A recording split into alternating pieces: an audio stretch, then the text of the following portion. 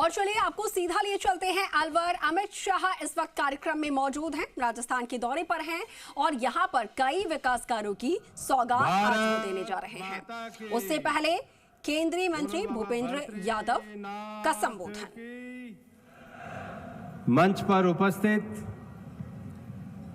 भारत के यशस्वी गृह मंत्री और सहकारिता क्षेत्र में जिन्होंने नया पथ प्रदर्शित किया है, हम सबके आदरणीय अमित शाह जी, राजस्थान के लोकप्रिय मुख्यमंत्री सम्मान्य भजनलाल जी, उप मुख्यमंत्री सम्मान्य दिया जी, पार्टी के प्रदेश अध्यक्ष सम्मान्य मदन राठौड़ जी, मंच पर उपस्थित सभी सम्मानित मंचस्थ अतिथिगण, मेरे सामने उपस्थित अलवर के मेरे परिवारजनों, मैं आप सब की ओर से राजस्थान के प्रवेश द्वार और बाबा भर्तृहरि की तपस्या स्थली पर आदरणीय अमित शाह जी का हृदय से स्वागत करता हूं।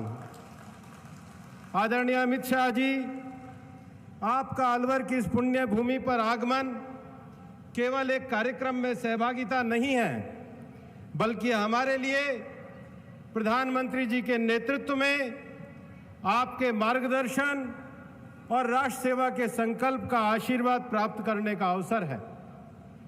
यह अलवर की धरती राजा भर्तृहरि के नीति, श्रृंगार और वैराग्य के ज्ञान की भूमि है। यह अलवर की धरती वीरों के शौर्य की भूमि है। यह अलवर की धरती संतों की वाणी की धरती है। इस पुण्य भूमि पर आपका हार्दिक अभिनंदन है। आज आपके यहाँ विकास योजनाओं के उद्घाटन से अलवर विकास के एक नए अध्याय की ओर बढ़ रहा है। माननीय प्रधानमंत्री जी के विकसित भारत के संकल्प और आपके कुशल मार्गदर्शन में राजस्थान और अलवर निरंतर प्रगति के पथ पर आगे बढ़ रहे हैं। आपने जिन विकास कार्यों का लोकार्पण और शिलान्यास किया है, वे केवल ईंट और पत्थर के बने हुए प्रकल्प नहीं है, बल्कि अलवर के मजबूत और उज्जवल भविष्य की नींव है। राजा भर्तृहरि की यह पंक्ति सार्वजनिक जीवन में आज भी प्रासंगिक है। न्याय पथ प्रविचलंती पदम न धीरा, अर्थात परिस्थितियां कैसी भी हो, जो व्यक्ति न्याय और सिद्धांतों के मार्ग पर चलता है वही सच्चा नेतृत्व है। और आपका ऐसा नेतृत्व जन सेवा और सत्ता का साधन नहीं, बल्कि जीवन का संकल्प है।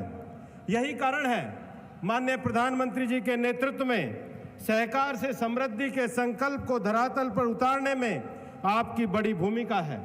1921 में जब सहकारिता मंत्रालय का गठन हुआ, आप देश के प्रथम सहकारिता मंत्री बने। सहकारिता का लक्ष्य ग्राम स्वराज, आत्मनिर्भर समाज और विकसित भारत का निर्माण है।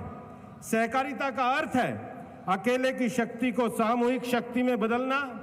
जब किसान, पशुपालक, श्रमिक और ग्रामीण महिलाएं मिलकर सहकारी संस्थाओं के माध्यम से आगे बढ़ते हैं, तो केवल उत्पादन नहीं बढ़ाते, बल्कि अपने गांव और पूरे क्षेत्र की अर्थव्यवस्था को मजबूत करते हैं।